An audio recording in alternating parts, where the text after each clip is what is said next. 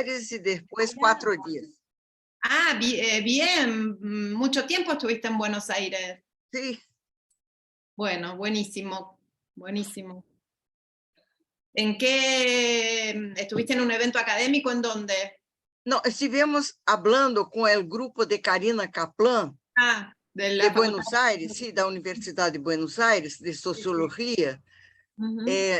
Trabajamos com sujeito completamente diferente dela, pero temos há muito tempo relações e os dois grupos com seus sujeitos fazem contacto muito interessante, creio eu. E ela também. E ela também. Qué bueno, qué bueno. Qué bueno.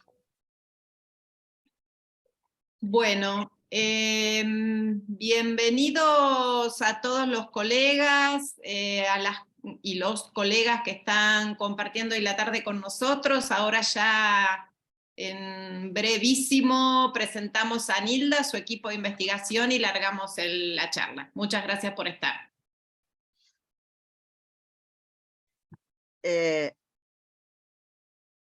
Voy a presentar. Sí, puedo apresentar los tres que están. Primero te presento brevísimamente yo a vos y después presentás al equipo. ¿Te parece? Así todos te conocen. Perfecto. Bueno, buenas tardes formalmente. Voy a presentar en líneas muy generales, porque su currículum es vastísimo, a la profesora Nilda Alves, que hoy nos acompaña. Nilda es profesora de la emérita de la Universidad del Estado de Río de Janeiro, investigadora emérita para la Fundación de Apoyo a la Investigación del Estado de Río de Janeiro, y también es investigadora en el programa de posgraduación en educación de Maracaná y en el programa de posgraduación en educación de procesos formativos y de desigualdades sociales. Además dirige o es líder de un grupo de investigación que trabaja currículum cotidianos y que hoy está aquí, Nilda va a presentar. Nosotros somos un grupo muy variado de académicos y colegas que trabajamos en la gestión de la educación en distintos ámbitos de nuestro país. Y es un placer, este grupo es un grupo joven, se inició hace poquito, y hace poquito que mantenemos este tipo de actividades con cierta regularidad. Es un placer, de verdad, Nilda, conocemos tu obra, muchos de nosotros, y es un placer tenerte hoy aquí, así que si te damos la palabra para presentar a tu equipo de investigación, y después cuando quieras largamos con la presentación más sistemática. Muchas gracias. Es un honor ser la primera brasileira a estar aquí. E com meu grupo, é um grupo mais largo que esse, somos 36 no grupo agora, pero vou apresentar os três que estão. Alessandra Caldas é a vice-líder de meu grupo. Está com o grupo há muitos e muitos anos, desde a graduação. Ha hecho maestría y doctorado con nosotros, y hoy es la vice-líder del grupo. Y continúa como profesora en una red de educación infantil. Es directora de una escuela pública. Leonardo Rangel es profesor en la Universidad el Instituto Federal de Bahia, no campus de Salvador, né? E atua em la pós-graduação, na graduação e também em ensino médio.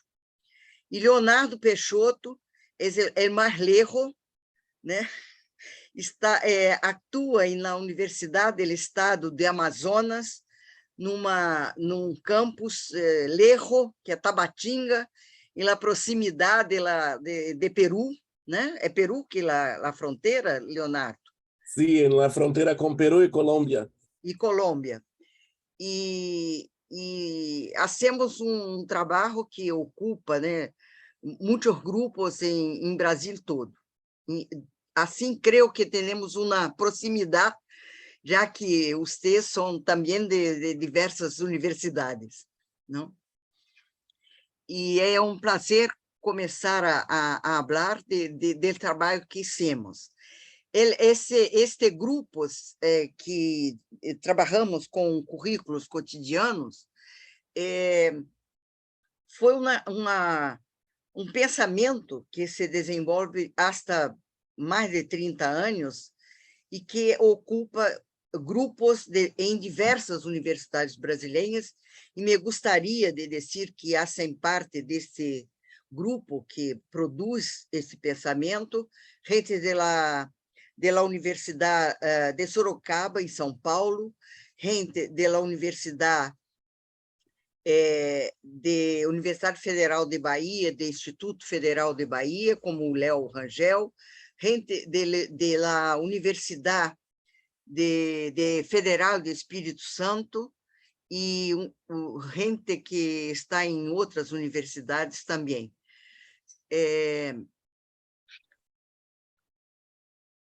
Creio que esse pensamento que se colocou como importante para produzirmos algo em relação muito próxima com a escola.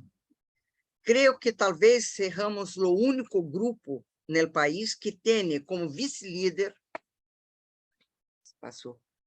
uma pessoa que continua em la escola básica, como é o caso de Alessandra. E isso é proposital, se podemos dizer. Queremos estar próximos, muito próximos à escola básica, que inclui o fundamental e o ensino médio em Brasília. Para vós outros é primária e secundária, não? Sim, Exato. isso. Bom, creio que poderíamos começar Guido, se é possível.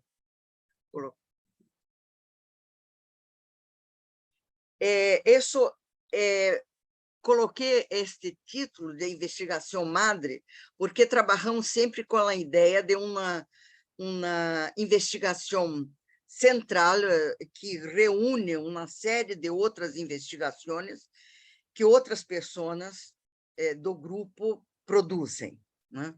É esse o sentido dessa investigação. E eu he hecho uma relação de las últimas, de muitos anos, investigação madre que hicimos. Se puder passar. Bem, aí, como podeis ver, começo em 2000, pero há outras antes, pero creio que essas me permitiriam, por subtítulo, trazer as coisas que gostaria de discutir com vosotros.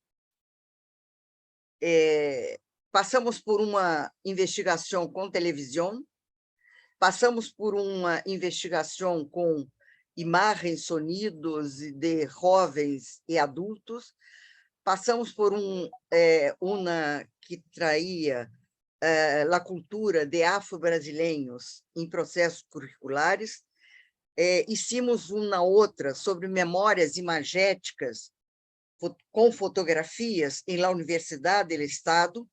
Pode passar, Guido. E as três últimas trabalhamos com cine, né? Ele que vai de 12 a 17, de 17 a 22, e de 22 é a que está a hora em processo. E que continua trabalhando com o cine, com o processo, mas que tem uma preocupação que talvez pueda dar uma boa discussão agora com vós todos. Ao desenvolver essas duas pesquisas com cine, hicimos em torno de questões sociais e do flujos culturais de los docentes. E que se passou foi que começamos a compreender que os limites que as disciplinas significam dentro da estrutura de currículo começou a serem ultrapassados. Uma das questões que podemos observar nesses dois primeiros é que hacíamos atividades, discutíamos questões sociais, históricas, da escola, de los professores, e ninguém se pode discutir isso. Se compreendia como essas questões estavam na escola, el dentro, fora da escola, como dissemos, pero que não havia necessidade de uma disciplina. Ela estava lá e, por isso, devia ser discutida. Isso nos fez pensar nessa investigação atual, que trabalha com os currículos que dissemos praticados, pensados em los cotidianos e com as criações curriculares para além da estrutura em disciplinas que é a normal, né, de nossos currículos. Pode passar, Guido, por favor. Se puderam perceber, nós trabalhamos com os artefatos curriculares em todas essas pesquisas e investigações, artefatos curriculares que eram todo o tempo ligados, relacionados a artefatos culturais, que são à disposição de todos, né? Desde algumas produções. Pode passar que eu elenco algum desses artefatos. Vuelvo depois a isso. Pode passar, Guido. Esses artefatos com que lidamos em todas essas investigações foram livros infantis, literatura de cordel, estandartes, fotografias, películas, podcasts, mais atualmente, relacionando sempre atividades de docência, investigação e extensão. Pode volver ao anterior, por favor? Bem, esses artefatos curriculares, que são artefatos culturais, que, quando entram na escola, se transformam em artefatos curriculares, temos trabalhado considerando as tantas redes educativas e os movimentos necessários às investigações com os cotidianos. Tanto as redes educativas como os movimentos necessários são criações dessa tendência ou dessa corrente de pensamento que chamamos de investigações com os cotidianos. Pode passar, então, as duas. A próxima. Isso. Em primeiro lugar, organizamos um pensamento que tratava a ideia de currículos em la escola dentro de redes educativas, percebendo que a formação dessas redes são nós outros que hacemos e que dentro dela nos formamos. São todas elas, as que enumeramos, com que trabalhamos, são todas elas entendidas como de práticas teorias. E agora um parêntese. Hacemos muito usagem de práticas, de palavras, de termos, que são normalmente utilizados como dicotômicos, reunidos. Isso, para nós, em los cotidianos, tem uma importância enorme, porque compreendemos que tudo o que... atrás um pouco. Isso. Tudo o que aprendemos em nossa formação com as dicotomias que foram necessárias à construção das ciências em la modernidade, hoje, para compreender os cotidianos, elas nos parecem limites. E para que nós estejamos sempre atentos a essa nossa formação, as marcas que traemos de nossa formação dentro de uma sociedade capitalista, moderna, né, que estamos dentro dela como hegemonia, é necessário que a todo tempo nos lembremos que são limites e que estamos sujeitos a errores por essa questão. Então, a prática, as teorias que aparecem reunidas são necessariamente para que estejamos sempre atentos a essa nossa formação hegemônica que temos.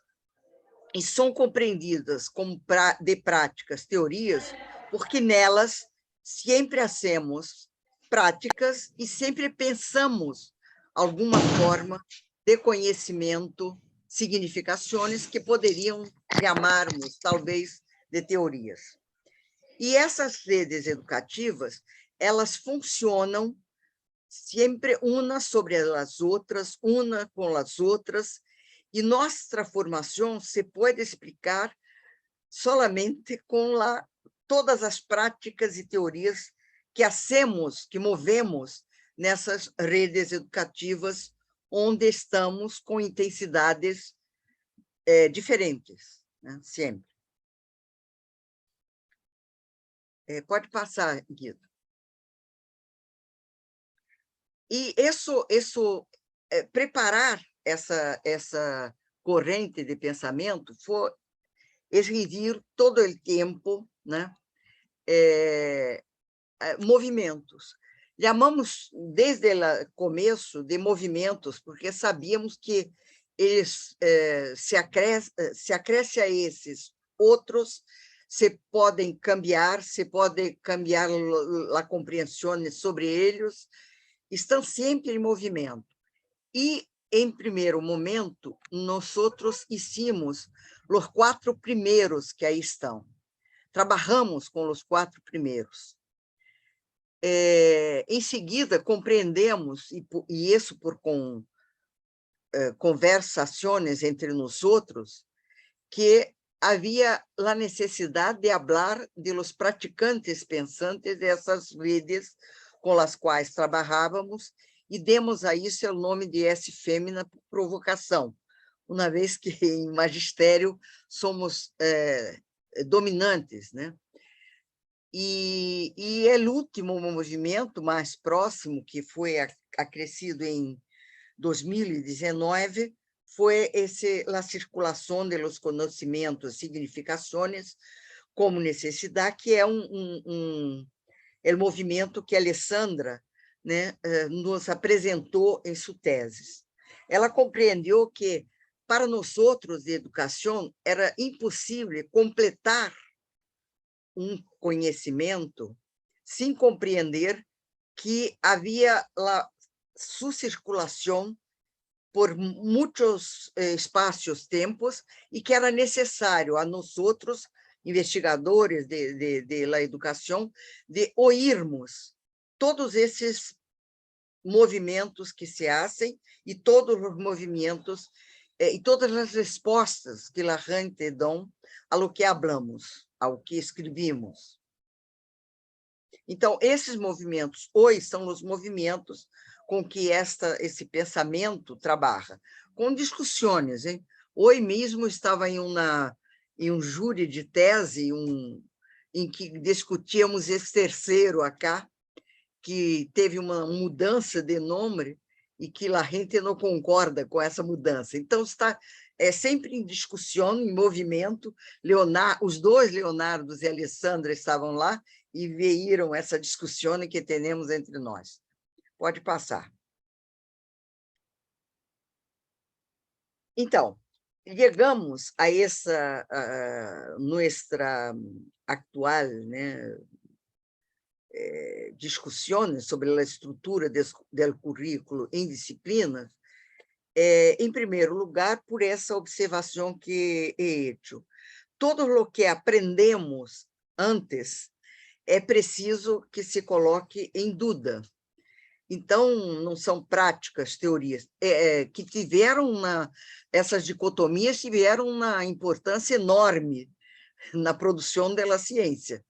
Pero para nós outros começa a colocar limites, e é preciso que compreendamos nossa própria formação para podermos ir um pouco além.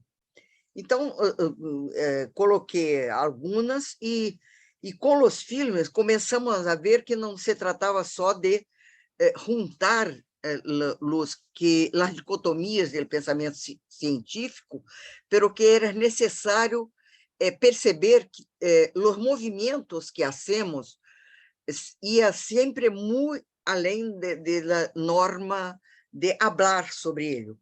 Nós decimos, vemos filme, pero para nós sabíamos que era ver, escuchar, sentir e pensar, todo ao mesmo tempo. Não é possível você ver filme sem escuchar, né? Sim, sem som, óbvio, mas sem sentir e sem pensar é impossível. Desde o primeiro que trabalhamos com os filmes, nós vimos que, bom, teníamos anteriormente a compreensão de que as conversações, nós dizíamos conversas, em português, tem a conversação, que é mais filosófica, e tem a conversa, que é a cotidiana. Nós dizíamos cineconversas. Que havia as conversas, eram as formas com que obteníamos os dados que necessitávamos ao trabalhar com os cotidianos.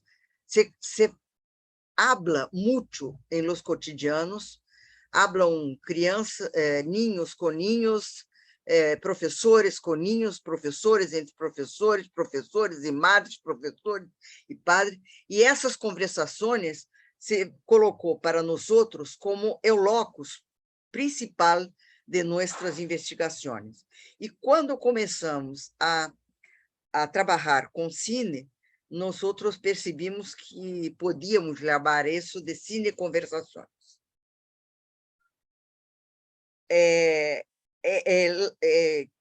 Coloquei aqui que a crise da pandemia, né, acentuou essa compreensão. E os debates acerca das BNCCs, que são a base nacional curricular comum, né, que se está dando e que se implantou em Brasília em torno das disciplinas, ha traído uma enorme confusão na educação, nas escolas, e conseguimos uma unidade de pensamento.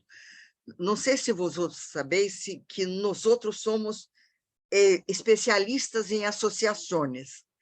Temos milhares de associações de todo tipo, e em educação somos ao menos umas 120, talvez. Quando hacemos manifesto, as assinaturas são de 120 associações.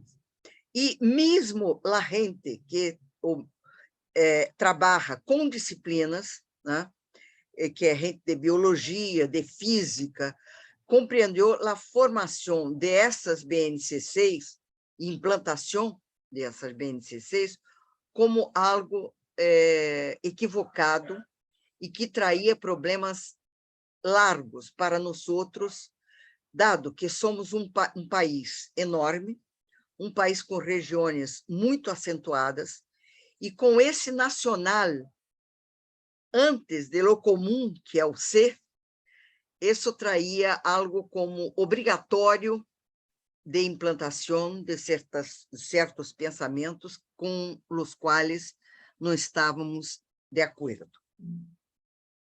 Depois, na nossa conversação, podemos falar um pouco mais disso.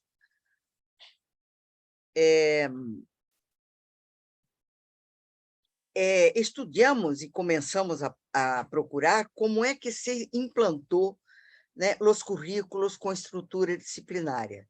E isso está em la base da reforma Cabanis, né, feita na França. Inicialmente, o Cabanis fez as mudanças na medicina francesa durante o período revolucionário, nas universidades. E em seguida, em las universidades técnica e la enseñanza média técnica, no período napoleônico. Isso se esparramou por todo o mundo, e hoje temos em todo o mundo a compreensão de que os currículos se devem organizar em disciplinas. Não há outra forma, né? A forma hegemônica em que se pensa é essa. E é isso que estamos agora tentando discutir com a investigação que fizemos. Pode passar. E uma discussão que está em torno disso está com a situação atual com que trabalhamos. Quando saímos da pandemia, toda uma corrente de gente ligadas especialmente a fundações particulares que trabalham com intensa ligação com as secretarias de municípios e de estados no país, começaram a ser documentos em que dizia que o problema era o que os estudantes não tinham aprendido durante a pandemia. E nós outros, de los cotidianos, começamos a trabalhar, em verdade, com o que se aprendeu durante a pandemia, porque não nos interessava nada o que não aprendeu, mas sim o que aprendeu. E tínhamos a compreensão, porque acompanhamos isso muito próximo, de que se aprendeu muitas coisas, né? Um exemplo, nós outros teníamos praticamente por todas as secretarias de município, de estado, a proibição do uso de celular. Como se chama em espanhol, o telefone celular não é celular, é? Sí, celular. Celular. Sí. O celular era proibido o uso em las escolas. E o celular se hecho a salvação de todos nesse momento. E descobrimos que os diretores das escolas, em especial as escolas de ensino fundamental, primário, para os outros, tinham os teléfonos, os celulares del padre, del madre, e com isso começaram o contato. Para nós outros, a distribuição de merenda foi o primeiro problema que se colocou, de o que comer, como se dar a comer a essas crianças que comiam na escola. Esse é um problema grave em nosso país. Era necessário imediatamente chegar a essas crianças a comida. E os diretores fizeram isso, as diretoras e os diretores, exatamente porque tinham em celular, que estava interditado o uso, os celulares de los padres, la madre de los niños. Isso se fez em menos de 15 dias, se estava resolvido o problema, né? De formas extremamente diferenciadas. Primeiro se distribuiu o que havia nas escolas, em seguida dinheiro para comprar coisas. Bom, mas isso se resolveu rapidamente. E os professores tinham, e isso especialmente na escola secundária, né, para os outros, ensino médio, mas também fundamental de los maiores, tinham os teléfonos de seus estudantes. E com isso rapidamente organizaram suas classes. E percebemos então que havia algo que foi aprendido, e muitas coisas em realidade, e que daí deveríamos partir para os inícios das classes presenciais, em seguida das vacunas que foram permitiram esse retorno ao presencial. Mais recentemente, temos tido problemas muito sérios de violência em 4 escolas brasileiras, em estados diferenciados, e com mortes de professores e de crianças mortos por outros ninhos, outros adolescentes, em realidade, por causa do que se foi aprendido como política necessária, né, para ser maior, dado o discurso da política anterior, do presidente anterior. Pero para nós outros, o que é importante discutir não é isso, é em realidade, e creemos nisso, uso um verbo forte, creemos nisso, o que se realiza na escola de ético, estético, político e poético é que pode cambiar essa ideia de violência que acontece, né, em alguns lugares. As outras coisas que estamos numa discussão terrível, porque para nós outros, o pior ministério hoje continua sendo o Ministério da Educação, porque a gente que é ligada às fundações privadas estão lá, ao menos nas ideias dessa rede. E, no entanto, os professores, durante a pandemia, o que procuraram foram as universidades. Não paramos de trabalhar, a gente procurava todo o tempo para sermos lives, para dar orientações, etc. E essa questão hoje se estabelece como duas políticas possíveis para o país. Pero continua a dizer que saem manifestos assinados por 120 associações educativas que temos no país. A outra coisa é a maneira de pensar como se pode fazer o trabalho de professor, né? Essas fundações têm a ideia, criam publicações, que estamos chamando apostilagem. Para nós outros, a apostila é algo muito insignificante, muito precário, muito sem criação. É pior que os livros didáticos que temos ou que teníamos. E eles criam certos documentos que vão à escola e que conduzem o professor a ser seu trabalho. E para nós outros, o movimento se dá em outra direção. É necessário compreender o que fazem os professores em resistência a esses trabalhos e de criação na escola. É com isso que trabalhamos. A outra discussão muito forte é entre o homeschooling e a educação escolar. Há toda uma tendência, uma lei hoje em país que permite o estudo em casa. E essa ideia da violência na escola é muito traída para que os pais possam ter seus filhos em casa para trabalhar com eles. E, para nós outros, o mais importante é o que se hace em educação escolar. É uma questão muito aguda para nós outros também. E, por fim, né, toda aquela ideia de que o bom espaço para aprendizagem é as escolas privadas, religiosas e elitistas, contra o que nós defendemos, que são as escolas públicas, laicas e de qualidade social. Creio que cheguei ao fim.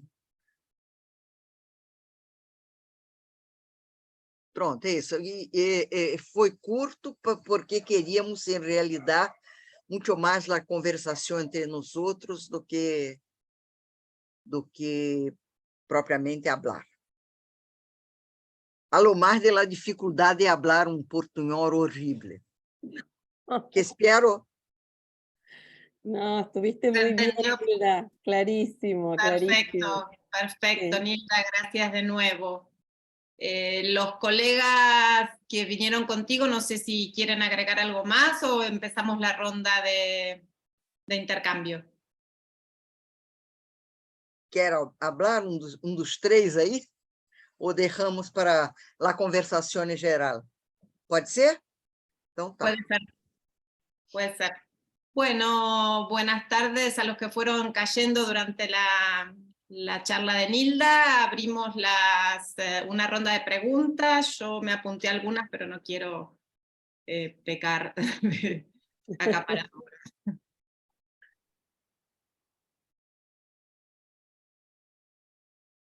Pecano más fine.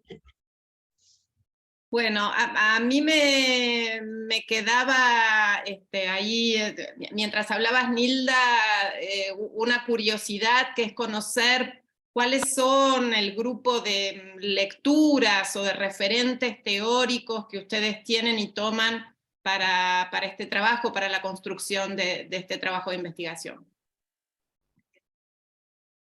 Tenemos muitas diferenças entre nós outros, né?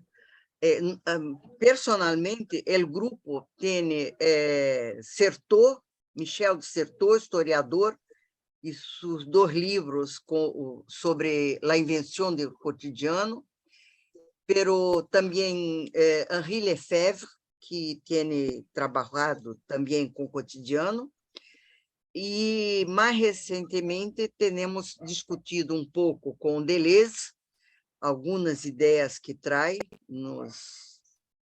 e que discutimos muito.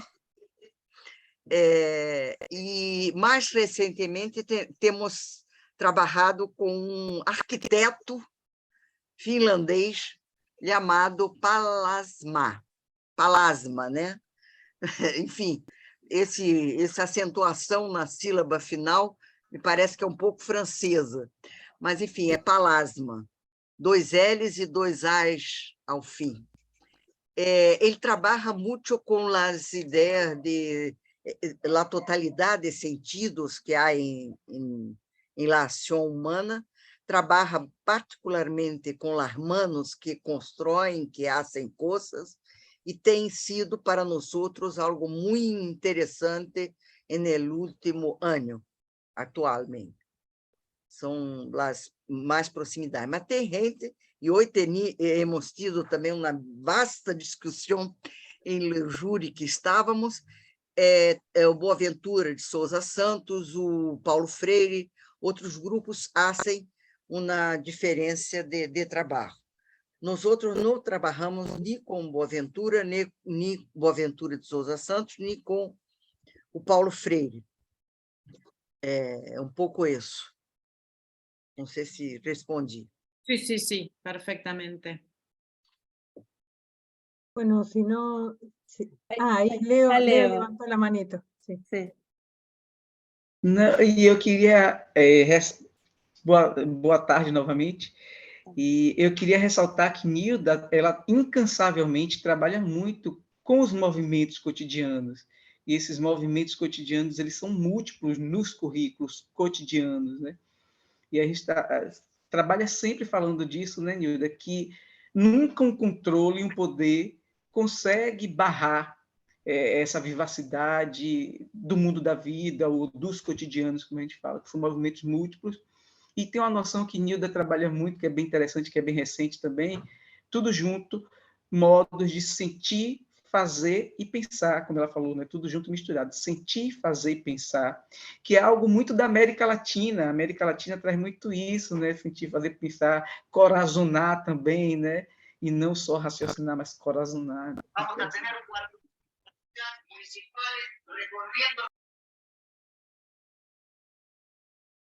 Sí. Perdón. ¿Puedo Sí, claro, hacer una María. pregunta? ¿Puedo? Sí, claro. Una pregunta que me interesaría conocer es si para ustedes, para el equipo, los movimientos y en los cotidianos y esta unión que ustedes producen de las dicotomías tradicionales de la educación, teoría y práctica, todas estas que Nilda presentó, y para ustedes ese es el camino para salir de la estructura disciplinar del currículum. ¿Esa es una puerta de salida a esa estructura hegemónica disciplinar de los diseños, y porque yo pienso en qué nivel de concreción del currículum se puede pensar, ¿no? Porque podemos...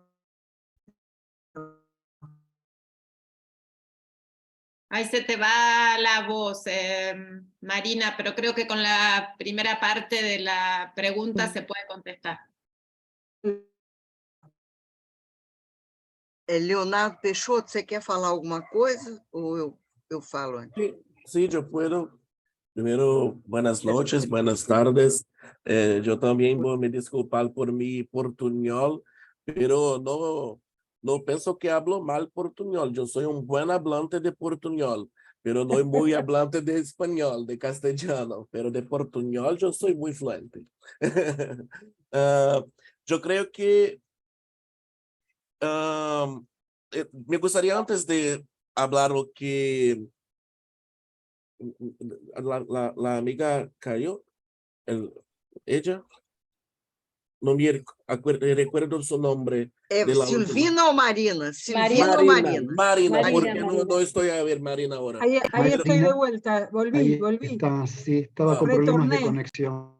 Sí, porque yo creo que tal vez para responder Marina sería importante resgatar un poquito la pregunta de Silvina, porque cuando Nilda habla sobre los campos, sobre el que hoy estoy a partir del grupo y con el grupo del Nilda también, tentando configurar como un campo científico político en Brasil, porque los estudios cotidianos se inaugura y se han creado por esta gran mujer, Nilda Alves, en parcería siempre en rede con una gran amiga, Regina Leiter García, pero o que era tal vez una tendencia, una corriente de pensamiento, hoy en nuestro país se configura, y estamos ahora a producir un texto sobre esto, como un campo político-científico en nuestro país. Entonces los caminos son muchos, los caminos. No sé si a nosotros nos interesan ser lo camino específicamente para algo, porque nos preocupa mucho la captura que se hace de las invenciones, de las creaciones. Entonces nosotros estamos más preocupados con aquilo que acontece en los cotidianos. Entonces, por ejemplo, para nosotros, los currículos no son los textos, no son las políticas solamente o aquilo que se produce en gabinetes. Los currículos son aquilo que acontecen, que se vivencian dentro de lo que es posible hacer en los cotidianos de las escuelas. Entonces, por ejemplo, no sabemos si queremos necesariamente ser lo camino o ser visto como algo hegemónico, una vez que estamos constantemente en lucha por la contrahegemonía, para que los cotidianos puedan constantemente crear, inventar, innovar y no ser capturados por políticas que, al tentar instituir una realidad, una verdad, sin duda algunas, va siempre a producir exclusiones y muchas exclusiones. Entonces, yo creo que por eso que es importante, y es importante perceber, yo creo que la potencia que hoy se va se estableciendo, porque el comunidad dice, hoy algo que surgió en una universidad, en un programa de posgraduación, hoy está a influenciar diferentes y distintos campos, en una expresión que hoy estamos en diálogo, que es de beber de todas las fuentes. Entonces, por ejemplo, las fuentes, si hay fuentes o no hay, esta una de nosotras discusiones, pero las fuentes no son solamente las autorías, las fuentes son también las vivencias, las músicas, los filmes, para além, por ejemplo, de decir que sería Sertor o cualquier otro autor o Boaventura, pero estamos también, por ejemplo, muy ligadas a filosofías yorubás. Tenemos personas de nuestro grupo, de ese campo, no de nuestro grupo, pero de campo, hablando con la filosofía yorubá, con los pueblos indígenas, que son mi caso. Entonces yo pienso que es muy más plural do que esto. Gracias. Es una respuesta súper interesante y para pensar una cantidad importante de cosas. Gracias. Liliana... Silvina, permita-me um instante para completar um pouco. Um autor hoje, que para nós outros é muito importante, que temos leído praticamente todo o que falou e que outros escreveram, era o Krenak, Ailton Krenak, que é um filósofo de origem Krenak, que é indígena da região do Vale do Rio Doce, né? Aquele que foi completamente morto por las explorações metalúrgicas de Minas Gerais. E aí o Ailton Krenak, ele fala e alguém anota e escreve, né? Ele sabe escrever, mas ele faz questão de não escrever. É, sem dúvida alguma, um filósofo que tem hoje uma importância enorme para muitos grupos entre nós outros. Bien. A mí me parece que la idea de campo científico-político es muy interesante para seguir pensando. Liliana y Gachi tienen las manos levantadas. Liliana. Estás muteada, Liliana. Bueno, buenas tardes. Muy valioso los aportes de los colegas. La inquietud mía tenía que ver un poco si podía desarrollar esto del currículum cotidiano, porque entiendo desde el planteo de Desertó, ¿no?, que por un lado se podría ver la estructura curricular desde el lado de las estrategias, y lo que el currículum cotidiano está poniendo en valor, en primer plano, son las tácticas, los ardides, ese movimiento que es difícil de predecir. Justamente no hay predicción posible. Entonces, me parecía que el currículum cotidiano vendría a fisurar o a ser el lugar de fuga de esa idea de currículum, de estructura curricular, o también, tal vez, de ese modo de pensar el currículum en torno a un diseño. Sim, isso talvez seria importante retornar à ideia de redes, que falamos, de redes educativas. Nós outros decidimos chamar de redes educativas, gostaríamos de falar de redes sociais históricas. Pero o problema é que redes sociais são, esta expressão foi apropriada pela internet. E criamos uma outra ideia para deixar claro que não é a mesma coisa. Falamos de redes educativas.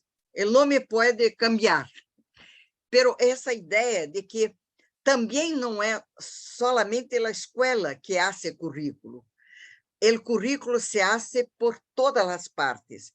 E nossa movimentação entre todas essas partes, usamos, por exemplo, a ideia de dentro fora da escola, junto também. Todo o que se dá fora, em essas outras redes educativas, vão à escola. E tudo o que acontece na escola vai para as outras redes educativas. E essa ideia de que a formação de conhecimentos e significações se dá em toda parte, é essencial para que compreendamos as possibilidades de outros currículos na escola, que não somente o currículo oficial, que para nós outros se chama Base Nacional Comum, né? Esse termo foi criado há muitos anos, invertido.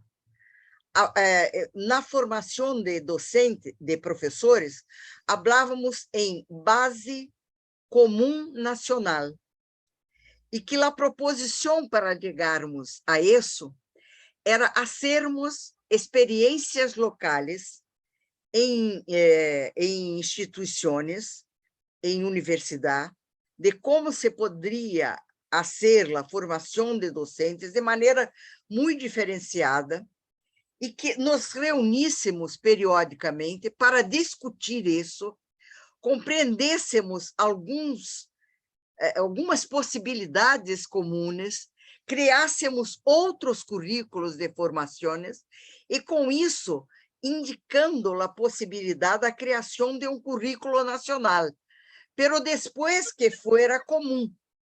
E a gente que se apropriou do termo inverteu, disse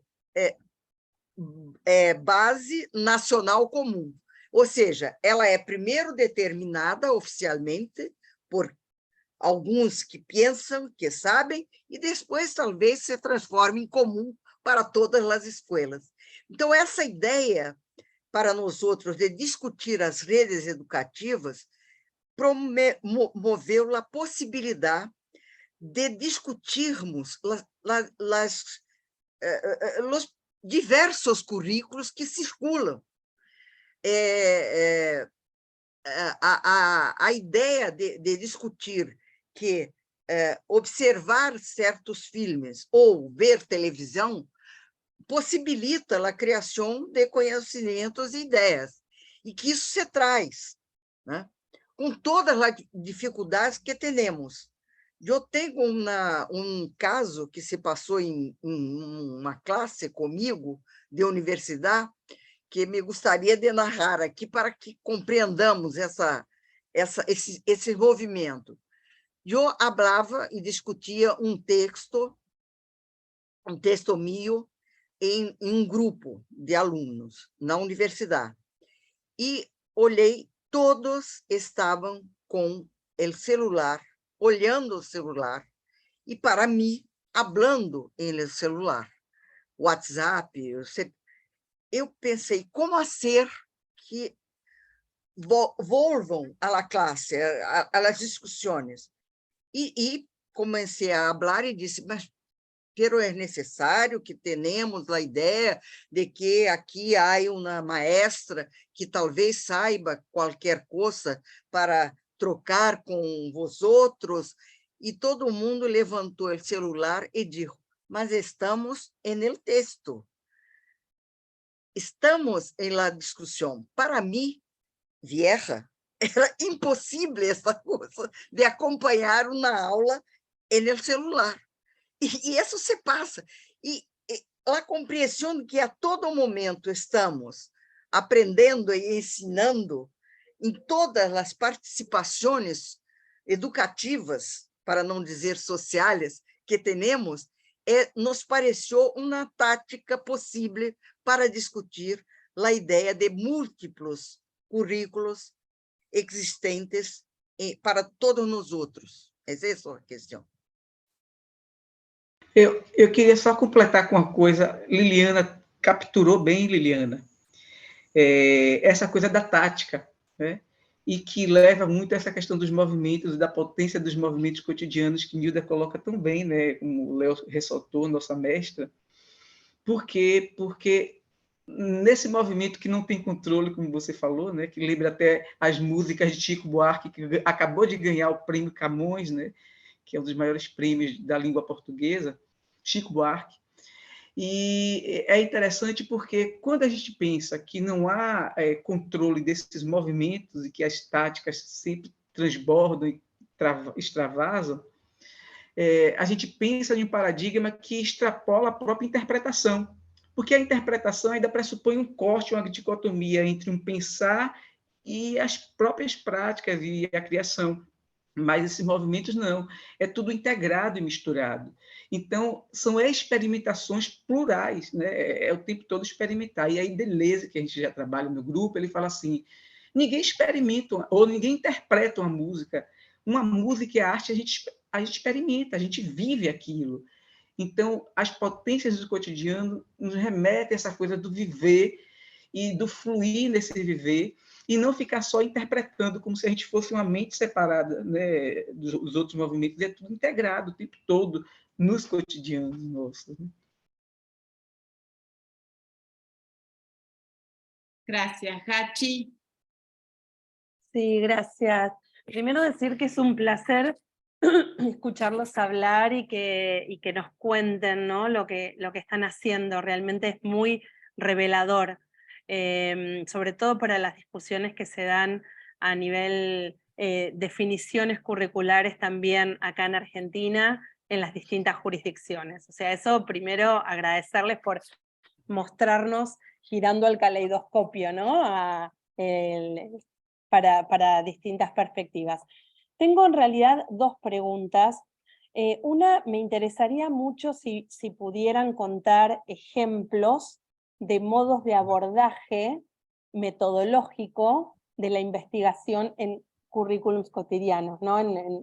Me parece que eso seguramente hay un plural, no un singular, no un modo, no lo estoy preguntando desde ese lugar, pero me parece que entender cómo miran ustedes puede ser muy valioso en esta conversación. Y por otro lado, también tengo una pregunta específicamente para Alessandra.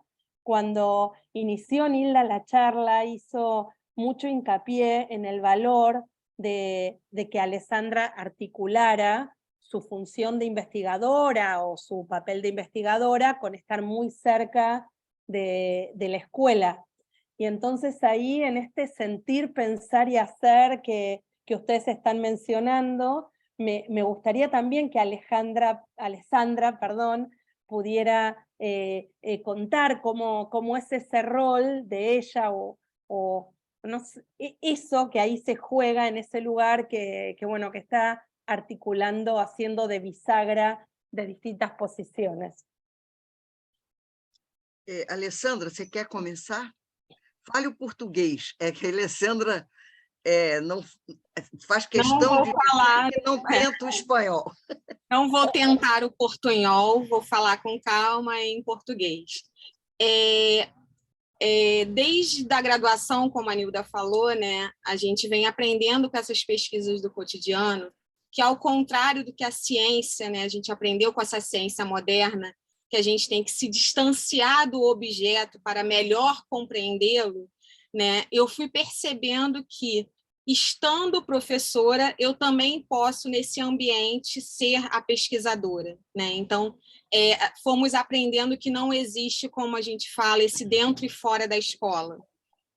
Então, a Alessandra, que não deixa de estar lá como diretora, ser, primeiramente, a professora, ser a vice-líder do grupo de pesquisa, ser a mãe do Roberto, né? Isso tudo a gente carrega para dentro desse ambiente da escola.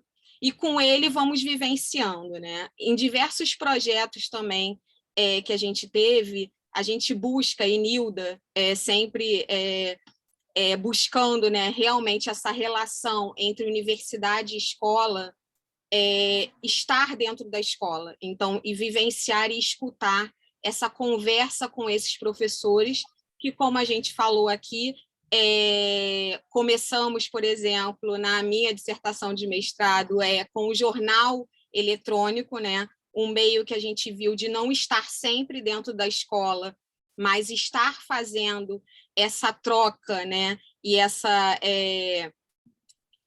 conversa com esses professores, com as nossas pesquisas.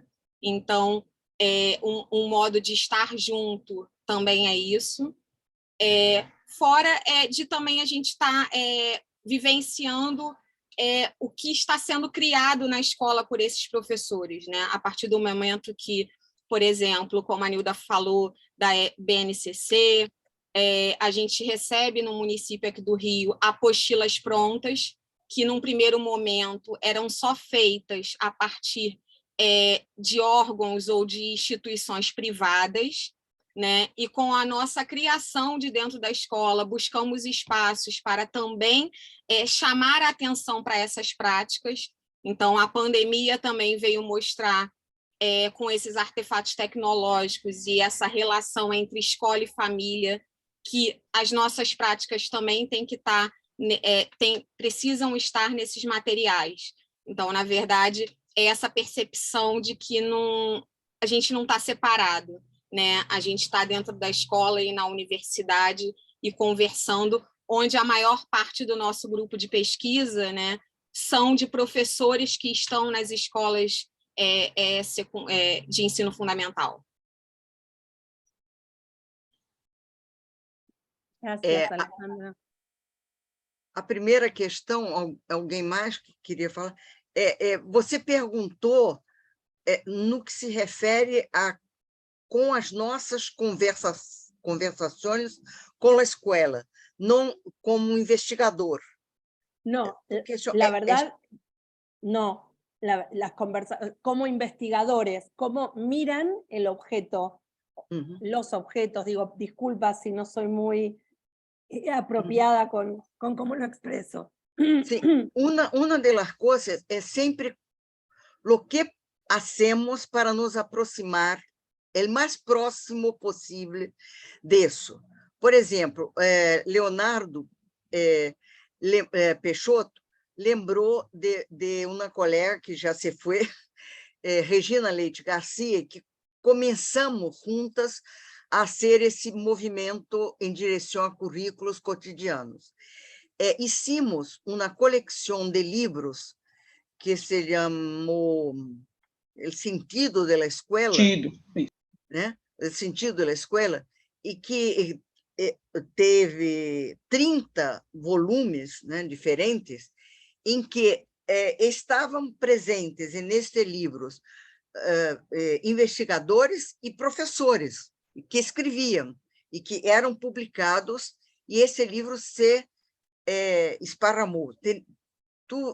Tivemos ocasiões muitas em charlas com professores que diziam: é interessante porque vocês pensam como nós outros, ou vocês pensam e nos possibilitam a palavra. Diversas ocasiões essas coisas eram ditas. E essa proximidade para nós outros é o que Alejandra chamou de necessidade de circulação científica, que para nós outros não interessa, enfim, interessa porque somos até obrigados a isso, a difusão científica, como todas as outras áreas hablam, mas a circulação era tão importante como. E hicimos, por exemplo, na pandemia, uma doutoranda no grupo disse, o dia que ela disse isso, me lembro muito bem, ela disse, está muito, porque falávamos de que, como fazíamos para que esses ambientes que têm imagem e que são para nós outros muitas vezes completamente cerrados, havia classes que dávamos, que tínhamos 1, 2 com a imagem e os outros todos em negro, porque estavam cerrados, porque era muito difícil a utilização deste meio. E ela disse, hoje se hace muito podcast, e eu não conhecia esse termo. Eu disse, o quê? Ela disse, podcast. Mas o que é isto? Ela disse, é a utilização do som, é a rádio hoje. Eu disse, mas o que é? Ela disse, mas existem plataformas. Aí ela disse assim, como, por exemplo, o Spotify. Eu digo, o quê? Aí isso é que ela repetisse Spotify, porque não conhecia essas coisas. E percebimos no grupo que imediatamente teríamos a possibilidade de fazer isso, de fazer podcast, utilizando um pouco o som, porque o som era muito mais fácil de ser alcançado que a imagem, que é muito gastadora, muito cara. E hacemos um podcast, que depois posso te enviar, Silvina, a cada terça-feira, durante agosto, desde agosto de 2020 hasta o ano passado. Agora fazemos de 15 em 15 dias, toda terça-feira. Terça-feira para vosotros era lunes, martes, todos os martes.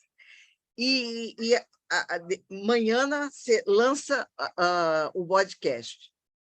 E hablamos de todo o que é currículo cotidianos currículo, a coisa. E a gente vem falar com nós outros, gente de movimentos sociais, gente de cine, gente de escola, gente que queira vir, vem falar com nós outros. Essa ideia de necessidade de proximidade, que a Alessandra traduziu com o nome de circulação científica, para nós outros, ela é a base de como hacemos nossos movimentos.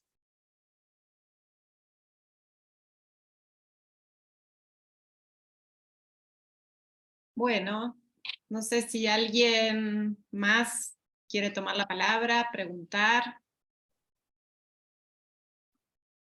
Yo quisiera hacer una pregunta, Carolina, no sé si me ves. Sí, Bueno, sí. muchas gracias por la invitación a este conversatorio, muy interesante, me parece como perspectiva de investigación, bueno, bien interesante, pero me preocupa un poco ese planteo, sobre todo de lo que implica de alguna manera el cuestionamiento, la hegemonía del currículum disciplinario, cuando uno trabaja en la universidad, en donde el currículum universitario es central, ¿verdad? Casi diríamos, entre comillas, a la esencia misma de la universidad.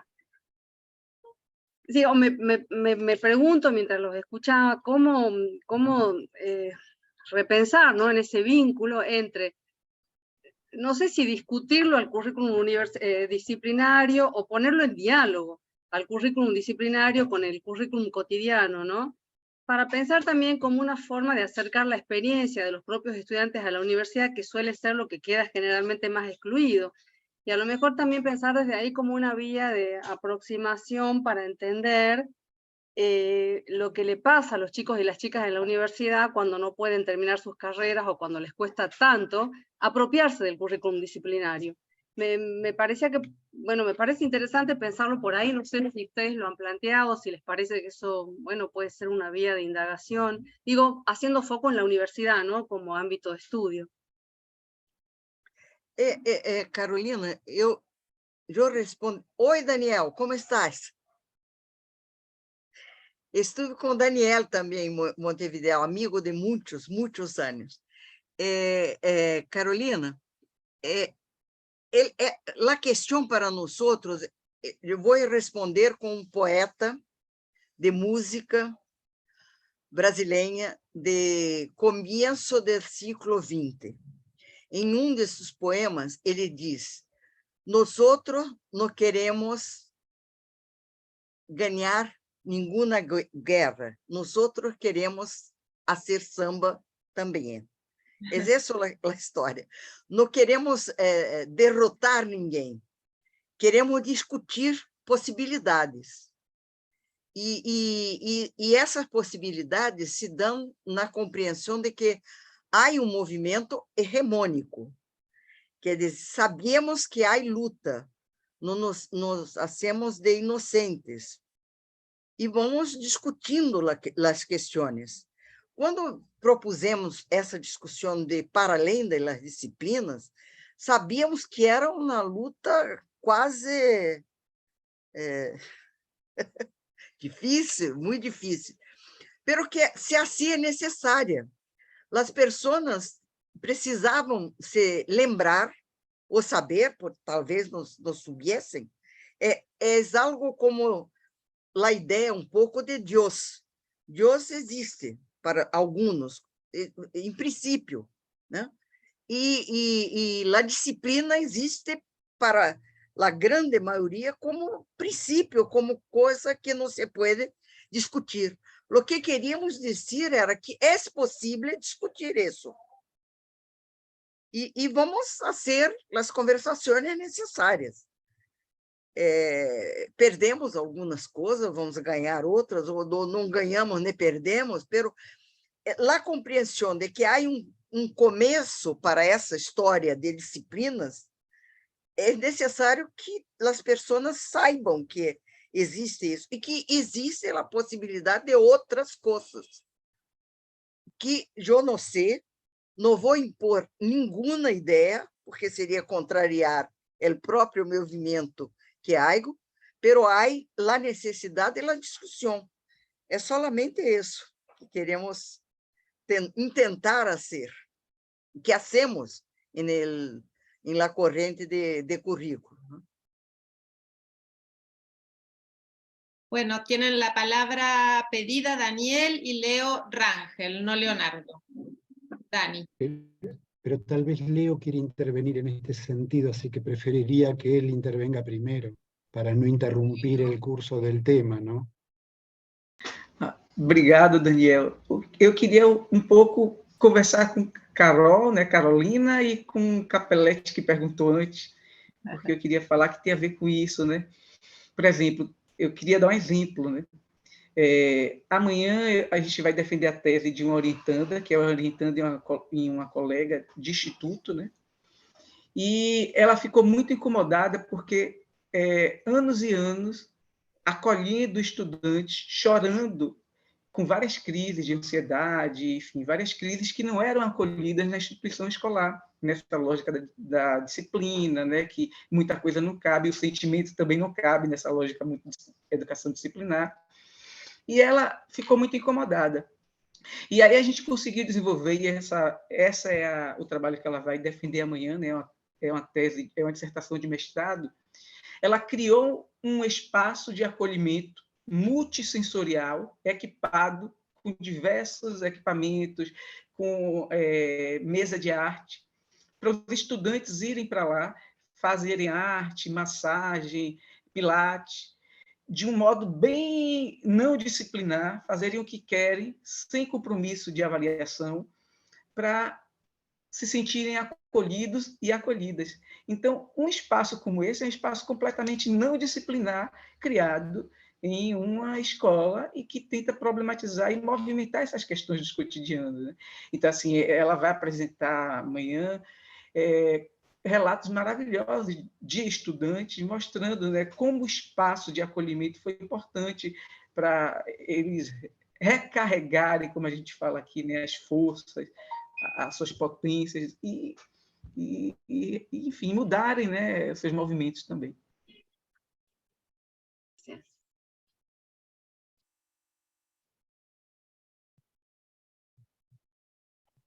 Bueno, Dani. Com perdão que estou sola e tive a necessidade de sair. Desculpe, mas escutei todo, hein, Léo? A tese de la persona, de classes de recepción para alumnos. Disculpen. No, Silvina, lo mismo con Leonardo, si él va a seguir, porque yo voy a tal vez cambiar un poco el eje, por eso decía, si Leonardo quiere intervenir en este sentido, no quiero cortar la continuidad. Ah, perdón, no vi el otro Leonardo, perdón. Eso. Pensé que Leo había terminado, interpreté que Leo había terminado y no vi la mano. Digo, para no llevar la cosa para otro lado, tal vez. Ok, gracias, Dan. Yo creo que es importante pensar también que, por ejemplo, los estudios de los cotidianos surgen con la insatisfacción de Nilda y de Regina, de las críticas que sufren los docentes de las escuelas. Como si, por ejemplo, no solvesen nada, no saben escribir, no saben pensar, no son productores de conocimientos. Entonces, eso es muy importante para pensar, por ejemplo, la cuestión que Gatti trae, porque para nosotros no pensamos la escuela, la educación básica, como espacio-tiempo de aplicación de los conocimientos producidos por la universidad, porque la escuela es también un espacio-tiempo de producción de conocimiento, de producción de conocimientos de significación. Y ahí cuando, por ejemplo, Carolina nos pregunta sobre la posibilidad de mezclar los dos currículos, es muy importante que para nosotros no hay más de uno currículo.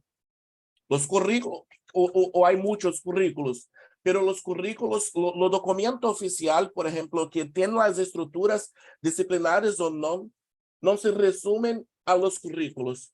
Y nosotros no somos contra que hay documentos, que las personas sistematicen los documentos, pero la cuestión central, el cual es la autonomía de la escuela en la definición de estos conocimientos que serán trabajados en la escuela. Entonces, la cuestión es no dejar que los currículos sean todos tecidos en gabinetes, sean políticos o de las grandes empresas que tentan influenciar en la política educacional en Brasil, tal como en Argentina, los conglomerados bancarios y otros, pero una lucha constante por la autonomía de las escuelas. Cuando Nilda exemplifica cómo surgió la idea de base nacional común, que no era esto. Era una idea de que o común se dialoga, o común se ve o que es común para que possamos então crear juntos, pensar, esto da mucho trabajo, no queremos esto en gaveta, y no. Queremos decir, es esto que debe ser enseñado en la escuela, porque los docentes, las docentes, sobre todo las mujeres, no tienen competencia para definir o que la escuela debe enseñar o no. Entonces siempre hay necesidad de se ter una centralidad. No somos contra los documentos, Carolina comprende, pero que esto, si van a organizar en disciplina o si van a organizar por áreas de conocimiento, o por ejemplo, lo que es más interesante, es importante siempre tenemos en mente que así como los Brasiles, que son muchos los Brasiles, no digo solamente la extensión territorial, por ejemplo, si pensamos solamente en la ciudad de Río de Janeiro, ¿cuántos ríos de Janeiro existen? ¿Cuántas Buenos Aires existen? ¿Cuántas Argentinas existen? Y yo creo que la potencia es esa, y esto falta, Gache, nuestra relación metodológica con los dos interlocutores y nunca objetos. Nunca objetos. ¿Comprende? Gracias, Léo. Bueno, no, yo quería decir, primero que me pareció que la presentación de Nilda y equipo fue muy provocadora para todos nosotros. Abrió muchos planos de discusión que tenemos que tomar muy en cuenta. Me alegra que esto esté grabado y que podamos contar con este material no solo hoy, sino también a futuro, porque acá aparecieron discusiones de orden metodológico, pero que van mucho más allá del problema metodológico, que van a la esencia de cómo pensar la escuela, la construcción de conocimiento sobre la escuela, que parecen sumamente relevantes e importantes. Igual si ustedes se fijan, ninguno está desligado del otro, o sea, para mí en la presentación aparecieron varios planos sucesivos que se fueron combinando, todos articulados. No me llama la atención porque conozco a Nilda hace muchísimo tiempo, y aunque seguramente tal vez no le guste tanto el término, que haya una coherencia en el conjunto, digamos, una lógica. Ella sabe que yo algunos días por semana soy cartesiano, y que necesito buscar alguna lógica estructurada. Claro, uno le encuentra en lo que es cómo se concibe la escuela y el conocimiento, un tema que no es menor para siempre mantener abierto como discusión en un ámbito como este, ligado al tema de cómo se construye política. Me parece que acá van apareciendo, voy a dejar incluso un poco de lado el tema curricular, que también apareció como muy interesante, el tema del currículum disciplinar, cómo puede ser puesto en discusión. Porque es casi como ver la estructura básica, es como ver entre el patriarcado y el currículum por disciplina, como verlo más o menos va a llevar lo mismo. Hay que ver cómo, y va a ser más fácil lo uno que lo otro. Pero digo, ¿cómo se hace política? Y esta es la gran discusión que ustedes están trayendo hoy de manera sumamente interesante y sumamente relevante. Y que a nosotros argentinos, con mentalidad muy política, por cierto, muy centralizada también, por cierto, por cómo estamos acostumbrados a pensar el sistema educativo que hemos heredado de tradición, me parece que esto nos pone en un desafío interesante en el papel de las escuelas, de los maestros, en la relación entre el cotidiano y lo oficial, la relación entre la diversidad y lo que algunos llaman la cultura común, entre los brasiles y las argentinas, y lo que hace que al mismo tiempo que seamos brasileros o argentinos, por encima de esa diversidad, lo que nos da una pauta de identidad que nos permita reconocernos como un común. Bueno, me parece, yo no quiero armar la discusión, digo, me parece son los temas que han ido apareciendo hoy de una manera muy importante y relevante, por eso considero muy provocadora la presentación, porque es como me parece bien que es hacerla, que es provocar mediante ciertas colocaciones que tienen que llevar a las otras discusiones, ¿sí? Con lo cual quiero decir que es un material muy relevante para nosotros. Como Nilda y el grupo saben, este no es un grupo que se reúna una sola vez, sino que tratamos de mantener en la medida que podemos alguna continuidad. Así que ustedes nos están creando agenda, por lo cual se agradece mucho. E que é um honor para nós outros estar aqui com vocês. Tiene levantada la mano Cristina, negra.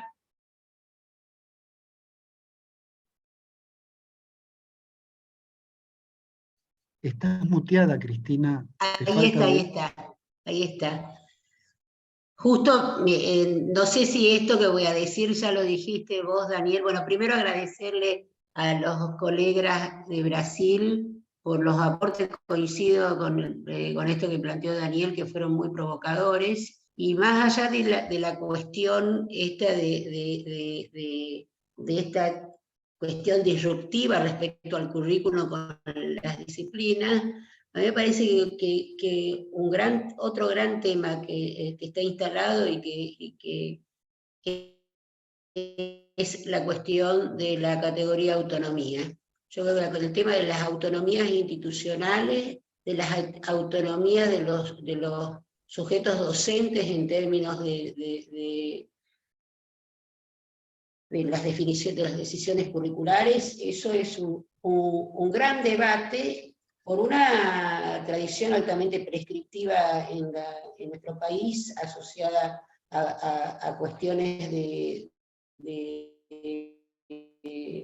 justicia, pero que en determinados momentos uno observa falta de definiciones en términos de los cotidianos, ¿no? Entonces, esa tensión que hay, creo que es Se te va la voz. un debate a nosotros, ¿no? Eso quería... Bueno, centralmente lo que quería plantear que quedaba ahí el tema de autonomía. Eso se entendió, autonomía, currículum y autonomía institucional, currículum y autonomía docente, currículum y autonomía y políticas. Digo, esto era lo que quería plantear. Isso, Cristina, é uma pauta, né? Uma grande discussão. Para nós outros, os últimos 4 anos foi um sofrimento enorme em relação a isso, autonomia. O último governo tirou toda a plata de cultura, toda, liquidou avec la plata de cultura, por exemplo. E também de las universidades. Mas não vou discutir isso. Gostaria de dar um exemplo que tenho trabalhado com esta questão.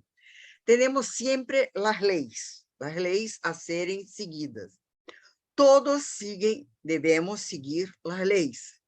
Pero em nosso país, as 3 leis que tivemos de diretrizes e bases de la educación nacional, tiene escrito que es posible experimentos en educación, y todas las 3 tienen escrito eso, y no leemos eso.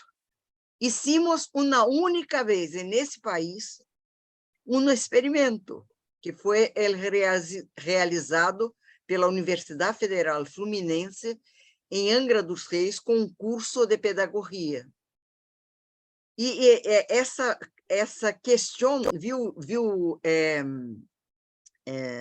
deixa eu percorrer aqui, tenho péssima relação com nome de gente, lá que nos perguntou sobre Carolina.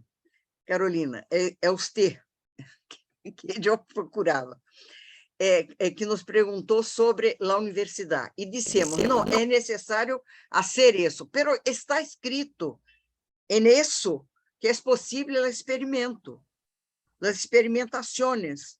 E por que não hacemos? Porque há uma norma hegemônica, que é de la divisão em disciplinas, de la construção nacional determinada por um governo nacional de las leis. É essa a questão.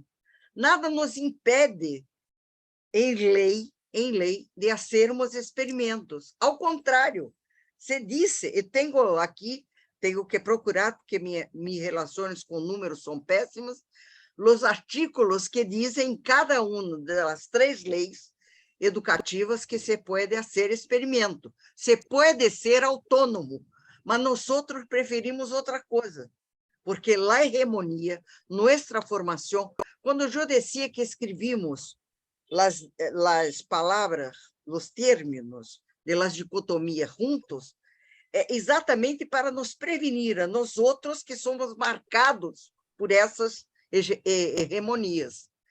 E para mudar, de alguma maneira, temos que saber que somos marcados por essa hegemonia. Essa questão de termos marcas a nós outros também, que criamos, para nos lembrar, olha, aqui se pode ser diferente. Se pode fazer a autonomia em educação, se pode, em Brasil, se pode manter a autonomia da universidade, de los cursos, de las escolas, com a experiência. E não se faz isso, porque nossa marca forte é da hegemonia que diz todo deve ser igual. É muito complicado isso. Não estou contra os colegas, evidentemente, mas gosto muito de lembrar essas coisas, que somos nós outros que deixamos de ler o possível e de fazer o possível.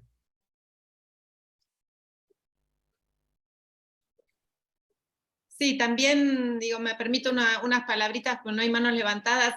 Hay una tradición federal mucho más, ¿no?, en los modos de pensar y de construir en Brasil que en Argentina. Nuestras preguntas siempre los han llevado a Nilda y al equipo sobre algunas preocupaciones que en Argentina, bueno, todavía la construcción de un federalismo es más tibia, por ponerle algún adjetivo calificativo. Me parece que Brasil, y la relación entre la academia y la política, me parece que Brasil tiene algunos caminos hechos que en Argentina son distintos, hemos transitado por otras tradiciones. Hugo tiene la mano levantada. Hugo. Muchas gracias, Nilda, por su exposición y por la exposición de los colegas. Quería retomar este punto que usted planteaba sobre la posibilidad de diversidad que admite la ley en Brasil. Una de las preocupaciones que ha existido siempre en el diálogo en Argentina es si esa posibilidad de diversidad, y como lo llama también María Cristina, de autonomía por parte de las escuelas, pudiera llegar a desembocar en una inequidad, en tanto la oferta de las distintas escuelas pudiera ser inequitativa y entonces dejar a algunos estudiantes privados de ciertos conocimientos o de ciertos saberes, mientras que otros sí están en condiciones de obtenerlos. Así que quería conocer su opinión al respecto. Eu volveria a la primeira coisa que coloquei ao fim de mi charla. Disse que o grupo mais privatista começou a fazer estudos sobre o que os niños não aprenderam em la pandemia. E, portanto, os professores não ensinaram em la pandemia. Claro. Nada contra esses estúdios. Deixaram de aprender muitíssimas coisas. Deixamos de ensinar muitíssimas coisas. Pero nuestro foco foi por lo que aprendemos em la pandemia. Porque é de aí que teníamos que começar a falar desde que volvemos a la presencial. Essa é a questão. Creio que responde um pouco a tu questão. São duas ideias. Evidentemente que as diferenças podem criar mais diferenças, mas estamos certas de que fazer o mesmo ensino para todas as escolas cria diferenças muito mais profundas, porque nos se dá a possibilidade de começar de onde estão cada uma das crianças, cada dos professores. Entendesse? É claro que se vamos ensinar coisas, se damos autonomia à universidade ou à escola, se vão criar diferenças. Pero essas diferenças são estabelecidas já, com a ideia de que todos devem receber o mesmo ensinamento. Ou estamos tendo uma sociedade igual? Não, não estamos. Sabemos que os ninhos saem diferente. Aqui em Brasília, o grande problema hoje a discutir é o acesso a todas as possibilidades de cultura. A inexistência de cabos de internet em la Amazônia, por exemplo, estão dificultando todo nessa recuperação da presença.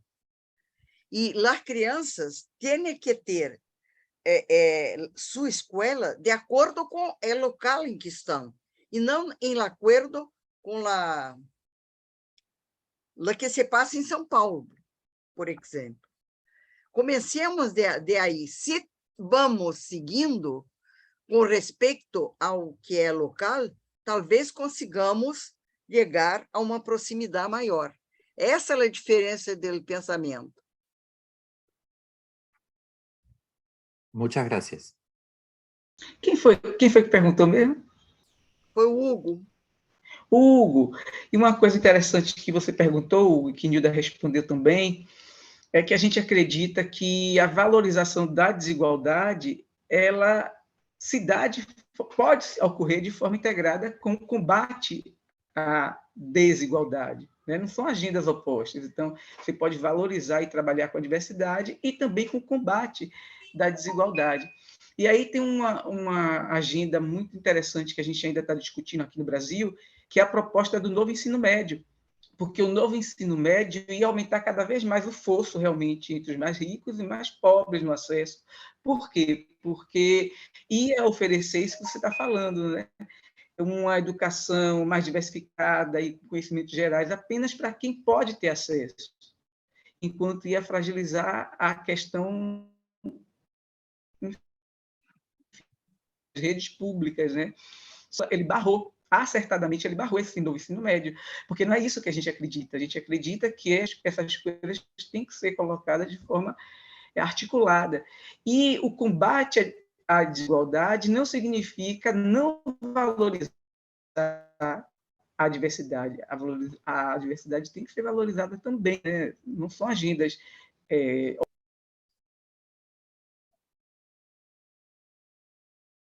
Nós perdemos o seu som aqui, Léo.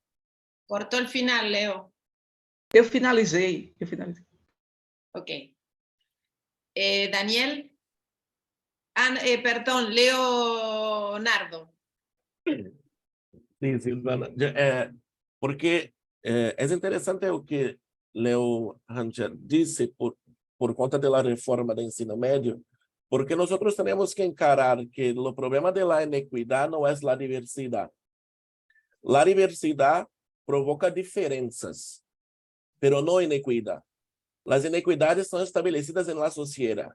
Então, por exemplo, quando agora, com a reforma do ensino médio no Brasil, que seria a secundária de vocês, hacen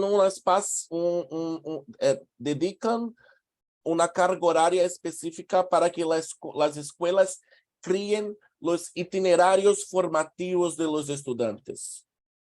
Pero hacen eso dando liberdad, pero no dan las mismas condiciones de trabajo. Pero no dan las mismas, por ejemplo, en la Amazonía, donde vivo, hay muchas escuelas en que los docentes no hay formación inicial para docencia y trabajan en las escuelas porque se quedan en zonas rurales, en zonas de ríos, riberas y comunidades indígenas. Entonces, el problema de la inequidad es la desigualdad, no a incapacidad de la escuela decidir sobre lo que necesita enseñar o no. Y otra cosa, la pretensión, la arrogancia de pensarmos que hay un único conocimiento que debe ser conocido por todas las personas de este país o de nuestra ciudad. Entonces, es una visión un tanto arrogante. Entonces, es necesario que, por eso que, por ejemplo, Nilda no utiliza Boaventura de Sousa Santos, pero yo trabajo con él a pesar de los problemas, pero él me enseñó que la justicia social, el presupuesto de la justicia social es la justicia cognitiva. Y cuando hacemos la justicia cognitiva con estas personas de diferentes lugares, de diferentes vivencias, de diferentes producciones de conocimientos, es una condición sine qua non para la justicia social. Entonces, yo pienso que es un poco esto también. Entonces, con la diversidad, con la justicia que se da a los docentes en las unidades escolares, hace justicia cognitiva. Y una sociedad sin justicia cognitiva, no hay justicia social.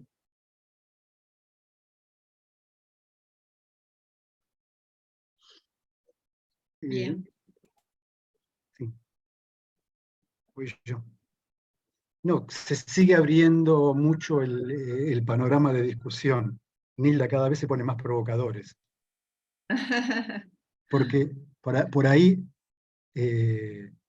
la vida democrática, la llamemos como la llamemos, supone cierta arrogancia, digamos, permítame decir así.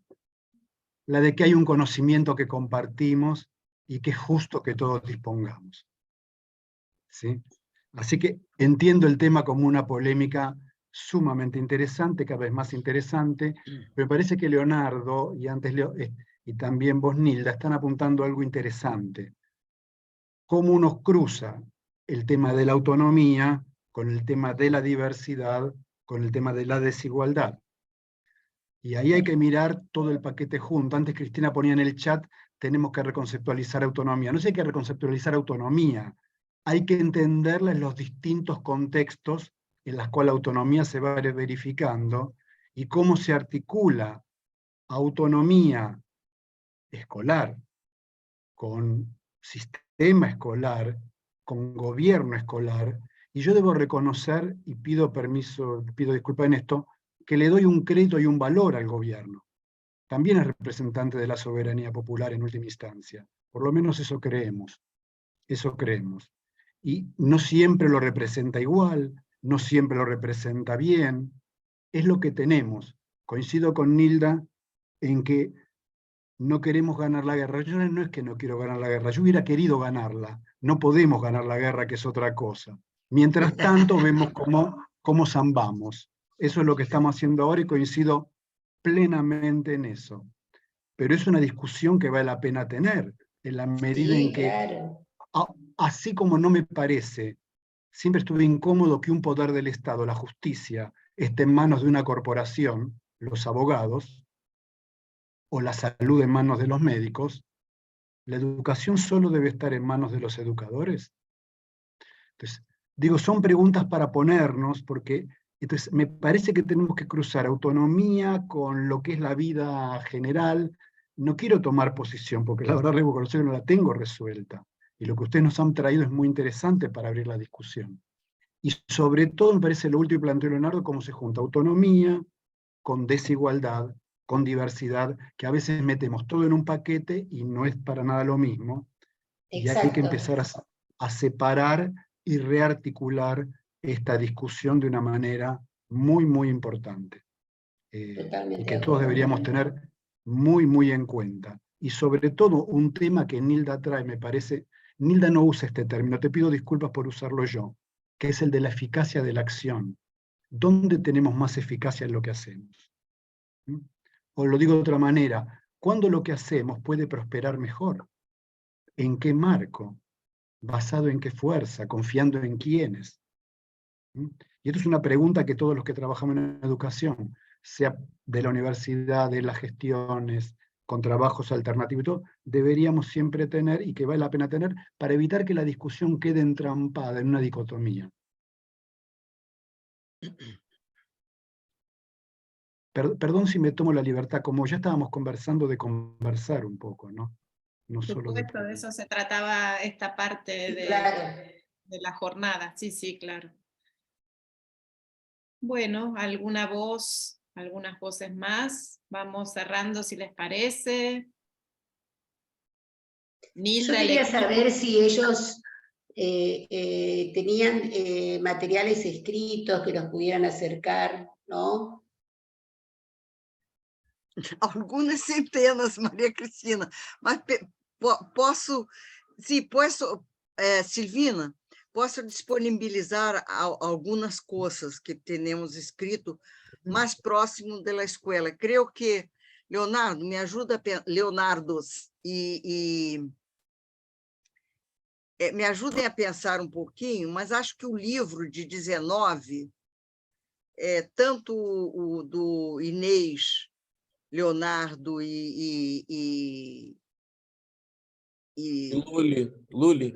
Luli, e talvez o livro meu, autoral, né, como se chama aqui agora, como se os outros não fossem autoral, viu, Daniel?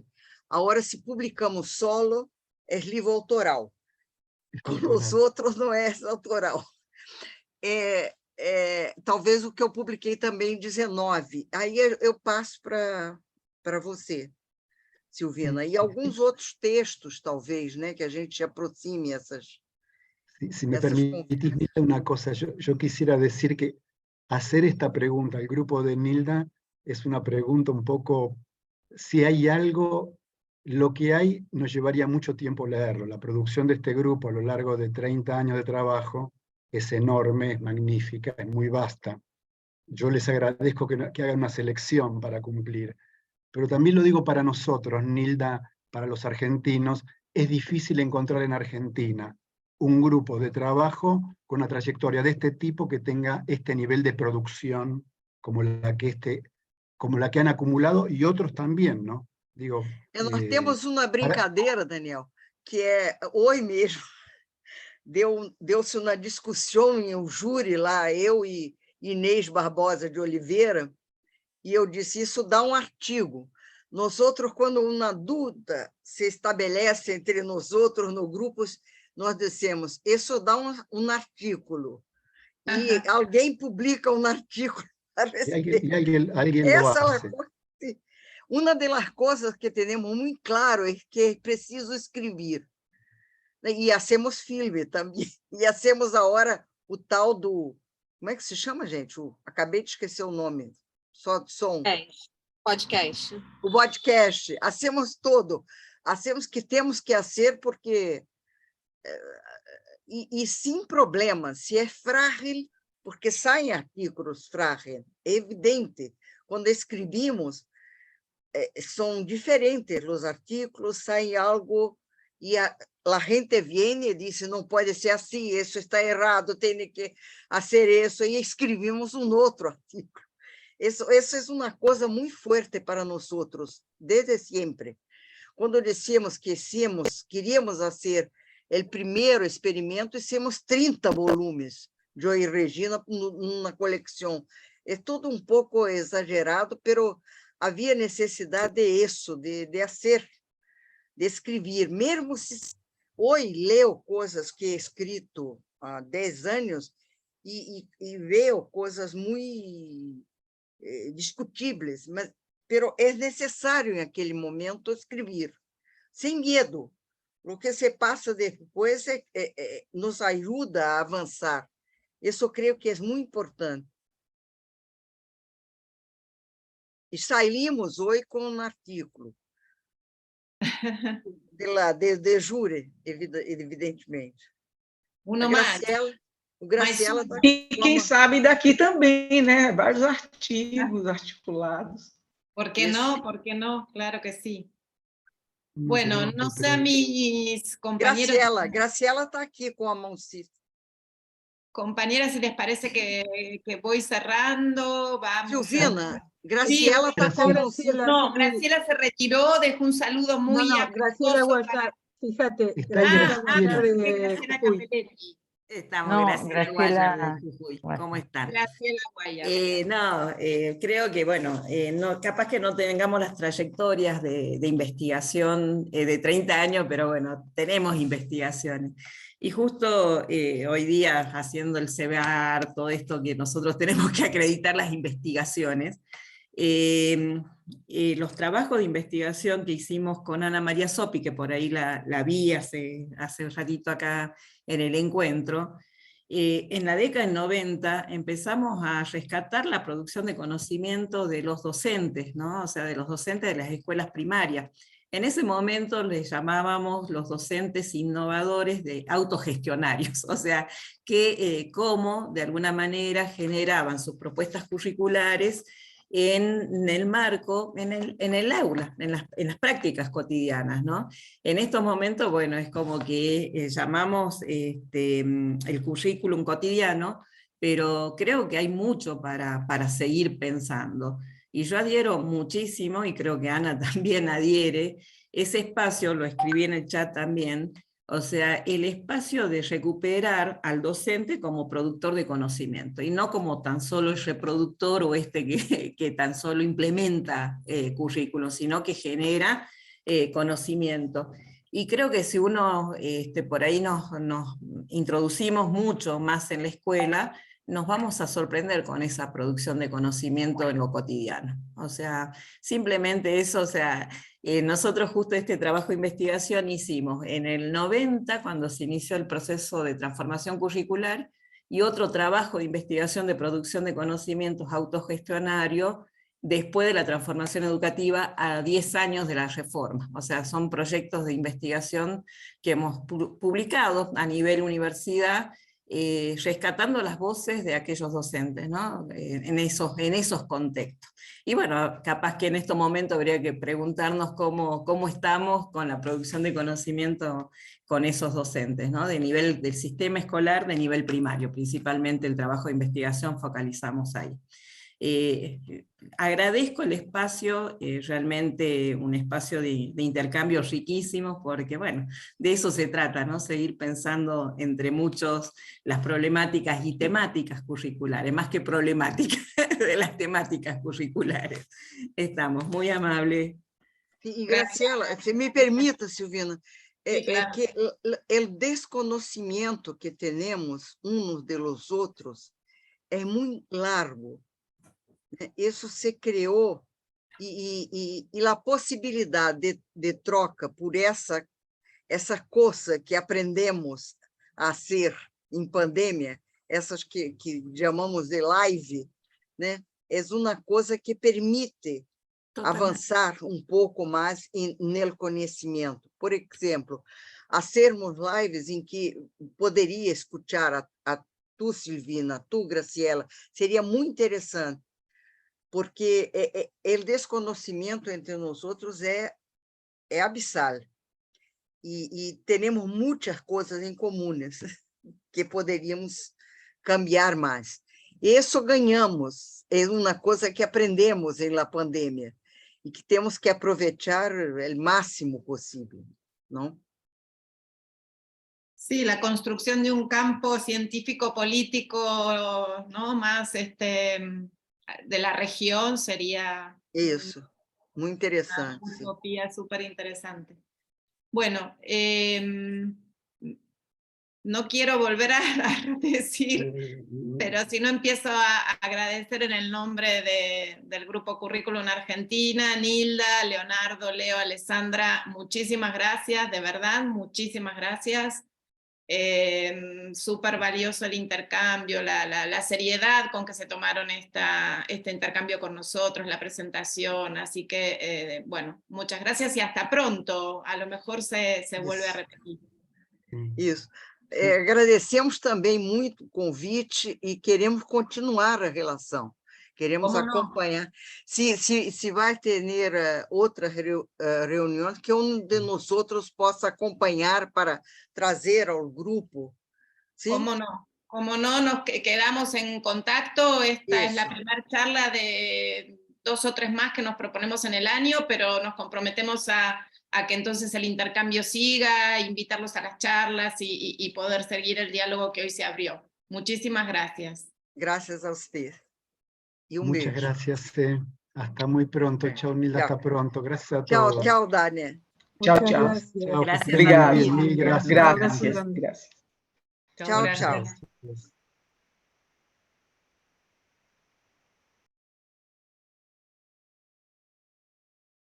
Bueno, qué lindo encuentro.